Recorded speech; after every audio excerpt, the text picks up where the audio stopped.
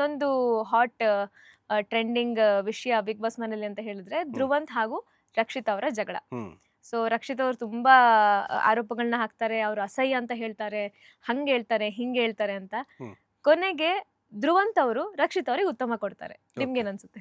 ಅಲ್ಲ, ನಂಗೇನು ಅನ್ಸುತ್ತೆ ಅಂತಂದ್ರೆ, ಇವಾಗ ಬಿಗ್ ಬಾಸ್ ಅಲ್ಲಿ ಸ್ಟಾರ್ಟಿಂಗ್ ಹೆಂಗಿರ್ತಾರೆ ಅವ್ರು ಕೊನೆ ತನಕ ಹಂಗೆ ಇರಲ್ಲ. ಫ್ರೆಂಡ್ಶಿಪ್ ಆಗಿ ಹೋದವರು ಫ್ರೆಂಡ್ಶಿಪ್ ಅಲ್ಲೇ ಇರಲ್ಲ. ಇಲ್ಲ ಜಗಳ ಮಾಡ್ಕೊಂಡು ಎಂಟ್ರಿ ಆದವರು ಕೊನೆ ಟೈಮು ಜಗಳದಲ್ಲೇ ಅವ್ರದ್ದು ಎಂಡ್ ಆಗಲ್ಲ. ಚೇಂಜ್ ಆಗ್ತಾ ಇರುತ್ತೆ, ಮೆಂಟಾಲಿಟಿ ಆಗಿರ್ಬೋದು, ಸಿಚುವೇಶನ್ ಆಗಿರ್ಬೋದು, ಚೇಂಜ್ ಆಗ್ತಾ ಇರುತ್ತೆ. ಬಟ್ ಏನ್ ಗೊತ್ತಾ, ಅದಕ್ಕೆ ಇಟ್ ಟೇಕ್ಸ್ ಟೈಮ್. ಆಯ್ತಾ, ಈ ವೀಕ್ ಹಿಂಗಿದ್ರು next week maybe probably changes ಆಗ್ಬೋದು. ಸಮಟೈಮ್ಸ್ ಕಿಚನ್ ಪಂಚಾಯತಿ ನಂತರ ಚೇಂಜ್ ಆಗ್ತಾರೆ, ಸಮಟೈಮ್ಸ್ ಏನೋ ಇನ್ಸಿಡೆಂಟ್ ನಡೆದ ನಂತರ ಚೇಂಜ್ ಆಗ್ತಾರೆ.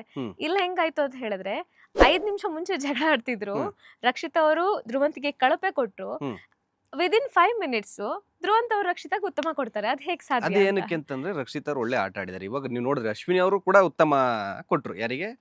ರಕ್ಷಿತಾಗೆ. ಹೌದು, ಅದು ಗೇಮ್ ಆಗೋ ತರ ಆಡಿದ್ರು, ಅಂದ್ರೆ ಸ್ಪೋರ್ಟ್ಸ್ ಮ್ಯಾನ್ಶಿಪ್ ಅಲ್ಲಿ. ಇವಾಗ ಧ್ರುವಂತು ಅಷ್ಟೇ, ಅದು ಜಗಳ ಎಲ್ಲ ಬೇರೆ ಕಡೆ ಇಟ್ಬಿಟ್ಟು ಗೇಮ್ ಚೆನ್ನಾಗಿ ಆಡಿದ್ರು ಅಂತ ಕೊಟ್ಟಿರ್ಬೋದು ಉತ್ತಮ ಅಂತ. ಆ ಥರ ನೋಡೋದಾದ್ರೆ, ಈಗ ಗೇಮ್ ಪ್ರಕಾರ ನೋಡೋದಾದ್ರೆ, ಇನ್ನ ಜಗಳ ಆಡಿರೋದಾಗಿರ್ಬೋದು, ಇನ್ನ ಪರ್ಸ್ನಲಿ ಏನೇ ಇದ್ರು ಅದು ನೆಕ್ಸ್ಟ್ ಅದು ಕಂಟಿನ್ಯೂಟಿ ಮಾಡ್ತಾರೆ ಅವರು ಜಗಳ ಆಡೋದಿದ್ರೆ. ಸೊ ಸ್ಪೋರ್ಟ್ಸ್ ಒಂದು ದೃಷ್ಟಿ ಇಟ್ಕೊಂಡು, ಗೇಮ್ ಅಲ್ಲಿ ಒಂದು ಕಾನ್ಸಂಟ್ರೇಷನ್ ಇಟ್ಕೊಂಡು, ಆ ದೃಷ್ಟಿಯಿಂದ ಅವರು ಇಬ್ರು ಕೂಡ ಉತ್ತಮ ಕೊಟ್ಟಿದ್ದಾರೆ ಅಂತ ನಂಗೆ ಅನ್ಸುತ್ತೆ. ಎನಿಹೌ ಬಿಗ್ ಬಾಸ್ ಆಟ ಅಂದ್ರೇನೆ ಹಂಗೆ. ಯಾವಾಗ ಯಾವ ರೀತಿ ಯಾರು ಇದು ಚೆನ್ನಾಗಿರ್ತಾರೆ, ಯಾವಾಗ ಯಾರು ದುಶ್ಮನ್ಗಳಾಗ್ತಾರೆ ಅಂತ ಹೇಳೋದಿಕ್ ಆಗೋದಿಲ್ಲ.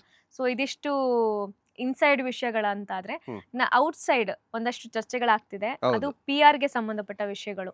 ಸೊ ಈಗ ಯಾವುದೇ ಬಿಗ್ ಬಾಸ್ ರಿಲೇಟೆಡ್ ಯಾವುದೇ ಪೋಸ್ಟ್, ಯಾವುದೇ ವಿಡಿಯೋ ಓಪನ್ ಮಾಡಿದ್ರು, ಕಮೆಂಟ್ ಸೆಕ್ಷನ್ ಓಪನ್ ಮಾಡಿದ್ರು, ಫಸ್ಟ್ ಕಮೆಂಟ್ ಗಿಲ್ಲಿ ಅವ್ರ ಬಗ್ಗೆನೇ ಇರುತ್ತೆ. ಸೊ ಗಿಲ್ಲಿ ಅವ್ರಿಗೆ ಸಪೋರ್ಟಿವ್ ಆಗಿ, ಗಿಲ್ಲಿ ಅವರ ಫೇವರ್ ಆಗಿನೇ ಕಮೆಂಟ್ಸ್ ಇರುತ್ತೆ. ತುಂಬಾ ಜನ ಹೇಳ್ತಾರೆ ಗಿಲ್ಲಿ ಅವರಿಗೆ ತುಂಬಾ ಓವರ್ ಆಗಿ PR ಮಾಡ್ತಾ ಇದ್ದಾರೆ, ಅವರ ಪರವಾಗಿ ತುಂಬಾ PR ವರ್ಕ್ ನಡೀತಾ ಇದೆ ಅಂತ. ಇನ್ನೊಂದಷ್ಟು ಜನ ಹೇಳ್ತಾರೆ, ಎಸ್ಪೆಷಲಿ ಕಾವ್ಯ ಅವರ ತಮ್ಮ ಅವರು ಒಂದು ಸ್ಟೇಟ್ಮೆಂಟ್ ಕೊಡ್ತಾರೆ, ನಮ್ಮ ಅಕ್ಕನ ಪರವಾಗಿ ನೆಗೆಟಿವ್ PR ಮಾಡ್ತಾ ಇದ್ದಾರೆ, ನಮ್ಮ ಅಕ್ಕನ ವಿರುದ್ಧ ನೆಗೆಟಿವ್ PR ಮಾಡ್ತಾ ಇದ್ದಾರೆ ಅಂತ. ಗಿಲ್ಲಿಗೆ ಪಾಸಿಟಿವ್ ಆಗಿ ಮಾಡ್ತಾರೆ. ಗಿಲ್ಲಿ ಅವ್ರ ಪರವಾಗಿ ಪಾಸಿಟಿವ್ PR ಒಂದ್ ಕಡೆ ನಡೀತಾ ಇದ್ರೆ, ಕಾವ್ಯ ಅವ್ರ ಪರವಾಗಿ ತುಂಬಾನೇ ನೆಗೆಟಿವ್ PR ಅನ್ನುವಂಥದ್ದು ನಡೀತಾ ಇದೆ ಅಂತ. ಸೊ ಈ PR ಗೇಮ್ ಬಗ್ಗೆ ನೀವೇನ್ ಹೇಳ್ತೀರಾ? ಅಲ್ಲ, ನಂಗೇನ್ ಅನ್ಸುತ್ತೆ ಅಂದ್ರೆ, ಇದು ಟಾಕ್ ಸುಮ್ಮನೆ ಬರಲ್ಲ. ಈಗ ಒಂದು ಕಿಡಿ ಹತ್ಕೊಂಡಿದೆ ಅಂತಂದ್ರೆ ಯಾರಾದ್ರೂ ಬೆಂಕಿ ಇಟ್ಟಿರ್ಬೇಕು. ಸೊ ಹಂಗೆ ಬರಲ್ಲ, ಖಂಡಿತ ನಡೀತಾ ಇದೆ. ಈಗ ಪ್ರತಿಯೊಬ್ಬರು ಕಂಟೆಸ್ಟೆಂಟ್ ಆಗಿರ್ಬೋದು, ಅವ್ರು ಒಳಗಡೆ ಹೋದಾಗ ಹೊರಗಡೆ ಜನ ಏನೇನು ಮಾಡ್ತಾರೆ, ಏನೇನು ಮಾಡಬೇಕು ಅಂತ ಅವ್ರದ್ದೇ ಆದಂಥ ಒಂದು PR ಟೀಮ್ ಸೆಟಪ್ ಮಾಡಿರ್ತಾರೆ. ಈಗಿನ ಲಾಸ್ಟ್ ನೀವು ಫಸ್ಟ್ ಸೀಸನ್, ಸೆಕೆಂಡ್ ಸೀಸನ್ ಅಲ್ಲೆಲ್ಲ ಅದರ ಕಾನ್ಸೆಪ್ಟ್ ಇರಲ್ಲ, ಯಾಕೆಂದ್ರೆ ಅವ್ರು ಗೊತ್ತಿರಲ್ಲ. ಇನ್ನು ಇತ್ತೀಚೆಗೆ ಬಿಗ್ ಬಾಸ್ ಸೀಸನ್ಗಳೆಲ್ಲ ಈ ಕಾನ್ಸೆಪ್ಟ್ ಇದೆ. ಅವ್ರದ್ದೇ ಆದಂಥ ಟೀಮ್ ಇರುತ್ತೆ. ಯಾರು ಡಾಮಿನೇಟ್ ಆಗಿರ್ತಾರೋ ಅವ್ರಿಗೆ ನೆಗೆಟಿವ್ ಮಾಡಿಸೋದು, ಯಾರು ನಂದೇನಾದ್ರೂ ಈ ವಾರ ಸ್ವಲ್ಪ ಡಮ್ಮಿ ಆಯ್ತಾ, ಏನಾದರೂ ಪಾಸಿಟಿವ್ ಮಾಡಿಸೋದು. ಸೊ ಆ ಥರ 100% ನಡೀತಾ ಇದೆ. ಕೆಲವು ಸ್ಪರ್ಧಿಗಳು ಮಾಡ್ತಾ ಇರಲ್ಲ, ಇನ್ನು ಕೆಲವರು ಇದ್ರ ಬಗ್ಗೆ ಏನು ಸೋಷಿಯಲ್ ಮೀಡಿಯಾ, ಈ PR ಇದ್ರ ಬಗ್ಗೆ ಗೊತ್ತಿದ್ದವರು 100% ಮಾಡ್ತಾ ಇದ್ದಾರೆ. ನೀವು ಹೇಳಿದ್ರಿ ಏನಂತಂದ್ರೆ, ಇವಾಗ ಒಬ್ರನ್ನ ನೆಗೆಟಿವ್ ಮಾಡೋದು, ಒಬ್ರನ್ನ ಪಾಸಿಟಿವ್ ಮಾಡೋದು ಕಾವ್ಯ ಅವ್ರ ತಮ್ಮ ಹೇಳಿದ್ರು ಅಂತ. ಅಲ್ಲ, ಇರ್ಬೋದಲ್ಲ, ಏನಕ್ಕೆ ನಾವು ಇದು ಮಾಡೋಕ್ಕಾಗಲ್ಲ ಅಂತ ಯಾಕೆ ಅನ್ಕೋಬೇಕು? ಮಾಡ್ತಿದ್ದಾರೆ ಅಂತ ಅನ್ಕೋಬೋದಲ್ಲ. ಹೌದು, ಅಫ್ಕೋರ್ಸ್. ಯಾಕಂದ್ರೆ ಮೊನ್ನೆ ನಮ್ಮ ನ್ಯೂ ಇಯರ್ January 1 ಅವತ್ತು ಸಂಗೀತ ಶೃಂಗೇರಿ ಅವರು, Bigg Boss old ex contestant ಬಂದಿದ್ರು. ಅವರು ಕೂಡ ಈ ನೆಗೆಟಿವ್ PR ಬಗ್ಗೆ ತುಂಬಾನೇ ಹೇಳಿದ್ರು. ನೀವು ಒಬ್ಬರನ್ನ ಹಿಡಿತೀರಾ, ಅವ್ರನ್ನ ಪುಷ್ ಕೊಡ್ತೀರಾ, ಅದು ಪಾಸಿಟಿವ್ PR, ಅದನ್ನ ಮಾಡಿ. ಅದನ್ನ ಬಿಟ್ಟು ನೀವು ದುಡ್ಡು ತಗೊಂಡು ಇನ್ನೊಬ್ರ ಕರಿಯರ್ನ ಯಾಕೆ ಹಾಳು ಮಾಡ್ತೀರಾ, ಇನ್ನೊಬ್ರ ಬಗ್ಗೆ ನೆಗೆಟಿವ್ ಆಗಿ ಯಾಕೆ ಮಾತಾಡ್ತಿದ್ದೀರಾ? ಯಾಕಂದ್ರೆ ಈಗ ಸೋಷಿಯಲ್ ಮೀಡಿಯಾನೇ ಟ್ರೆಂಡ್. ಸೊ ಸೋಷಿಯಲ್ ಮೀಡಿಯಾದಲ್ಲೇ ಜನ, ಈಗ ಫಾರ್ ಎಕ್ಸಾಂಪಲ್ ನಾನು ಬಿಗ್ ಬಾಸ್ ಜಸ್ಟ್ ಪ್ರೋಮೋ ನೋಡ್ಕೊಂಡು ಏನೋ ಟಾಸ್ಕ್ಗಳನ್ನ ನೋಡ್ದೇನೆ ಸುಮ್ಮನೆ ನೋಡ್ತಾ ಇರ್ತೀನಿ. ಸೊ ನಂಗೆ ಅಲ್ಲಿ ಒಳಗಡೆ ಏನ್ ನಡೀತಿರುತ್ತೆ ಅಂತ ಗೊತ್ತಿರಲ್ಲ. ಸೊ ಈ ಕಮೆಂಟ್ಸ್ ನ ನೋಡಿದಾಗ ನಂಗೆ ಏನ್ ಅನ್ಸುತ್ತೆ ಅಂದ್ರೆ, ಮೇ ಬಿ ಕಮೆಂಟ್ಸ್ ಅಲ್ಲಿ ಇರೋದೇ ನಿಜ ಏನು ಅಂತ ನಾನು ಅನ್ಕೋತೀನಿ, ಯಾಕಂದ್ರೆ ಅದು PR ಗೇಮ್ ಅಂತ ನನಗೆ ಗೊತ್ತಿರಲ್ಲ. ಸೊ ಈ ರೀತಿ ತುಂಬಾ ಜನಕ್ಕೆ ಡ್ಯಾಮೇಜ್ ಆಗ್ತಿದೆ. ಸೊ ಡಿಸರ್ವಿಂಗ್ ಕಂಟೆಸ್ಟೆಂಟ್ ಗಳಿಗೆ ಸೊ ಅದೊಂದು ಬೆಲೆ ಸಿಗ್ತಾ ಇಲ್ಲ, ವ್ಯಾಲ್ಯೂ ಸಿಗ್ತಿಲ್ಲ ಈ ನೆಗೆಟಿವ್ PR ಇಂದ ಅಂತ ಅನ್ಸುತ್ತೆ. ಅಲ್ಲ, 100% ಅದು ಕರೆಕ್ಟ್ ಅಂದ್ರೆ ಮಾಡ್ತಿದ್ದಾರೆ. ಇವಾಗ ಗಿಲ್ಲಿ ಎಷ್ಟು ಒಂದು ಟ್ರೆಂಡ್ ಅಲ್ಲಿ ಇದ್ದಾರೆ, ಎಲ್ಲ ಜನ ಲೈಕ್ ಮಾಡ್ತಾರೆ.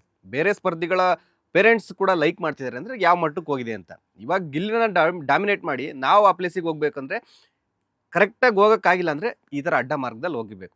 ನೆಗೆಟಿವ್ PR, ಮಗದೊಂದು ಈ ಥರ ಸ್ಟೇಟ್ಮೆಂಟ್, ಏನಾದ್ರು ಹೊರಗಡೆ ಬಂದವರು ರಾಂಗ್ ಸ್ಟೇಟ್ಮೆಂಟ್. ಈಗ ಡಾಕ್ ಸತೀಶ್ ಆಗಿರ್ಬೋದು, ಬೇರೆ ನೋಡ್ತಾ ಇದ್ರೆ ಎಲ್ಲರೂ ಕೂಡ ಮಾಡು ಯಾರು ಹೇಳ್ತಾರೆ, ನಾನು ಯಾರು ವಿನ್ನಾಕ್ ಯಾರಿಗೂ ಅಲ್ಲಿ ಅರ್ಹತೆ ಇಲ್ಲ ಅಂತ ಹೇಳ್ತಾರೆ. ಸೊ ಆ ಥರ ಏನಾದರೂ ಒಂದು ನೆಗೆಟಿವ್ ಆಗಿ ಹೇಳ್ತಾರೆ, ಅವರು ಗೆಲ್ಲಕ್ಕಾಗಿಲ್ಲ ಅನ್ನೋ ಒಂದು ಕೋಪದಲ್ಲಿ ಇರ್ಬೋದು.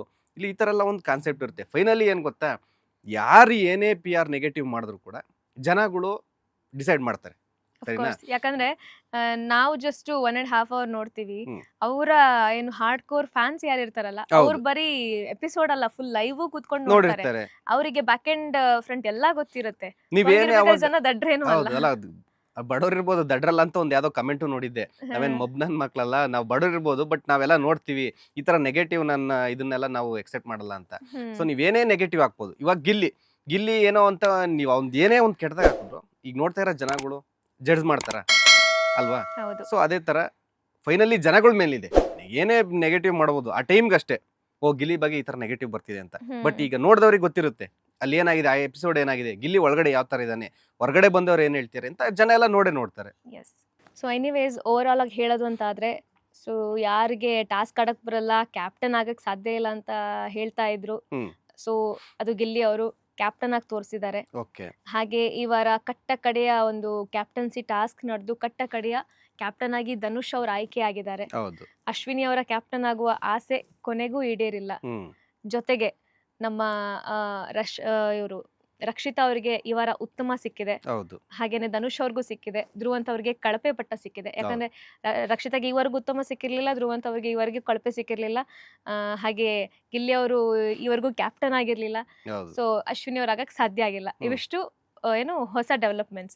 ಜೊತೆಗೆ ಇನ್ನೊಂದು ಇಂಪಾರ್ಟೆಂಟ್ ವಿಷಯ ಅಂದ್ರೆ, ಲಾಸ್ಟ್ ವೀಕ್ ಕಿಚ್ಚ ಸುದೀಪ್ ಅವರು ಪಂಚಾಯತಿಗೆ ಬಂದಿರ್ಲಿಲ್ಲ. ಸೊ ಈ ವಾರ ಡಬಲ್ ಧಮಾಕ್ ಅಂತಾನೆ ಹೇಳ್ಬೋದು. 2 ವಾರದ್ದು ಸೇರ್ಸ್ ಮಾತಾಡ್ತಾರೆ. ಜೊತೆಗೆ ಡಬಲ್ ಎಲಿಮಿನೇಷನ್ ಕೂಡ ಆಗೋ ಸಾಧ್ಯತೆಗಳಂತೂ ಪಕ್ಕಾ ಇದ್ದೇ ಇರುತ್ತೆ. ಸೊ ನಿಮ್ಮ ಅಭಿಪ್ರಾಯ ಏನು? ಸೊ ಓವರ್ ಆಲ್ ಆಗಿ ನಿಮಗೆ ಹೇಗೆ ಅನಿಸ್ತಾ ಇದೆ ಅದನ್ನ ಕಮೆಂಟ್ ಮಾಡಿ ತಿಳಿಸಿ. ಇನ್ನಷ್ಟು Bigg Boss related latest updates ಜೊತೆ ನಾವು ನಿಮ್ಮ ಮುಂದೆ ಮತ್ತೆ ಬರ್ತೀವಿ. ನೋಡ್ತಾ ಇರಿ ಬಾಸ್ ಟಿವಿ ಕನ್ನಡ. ನಮಸ್ಕಾರ.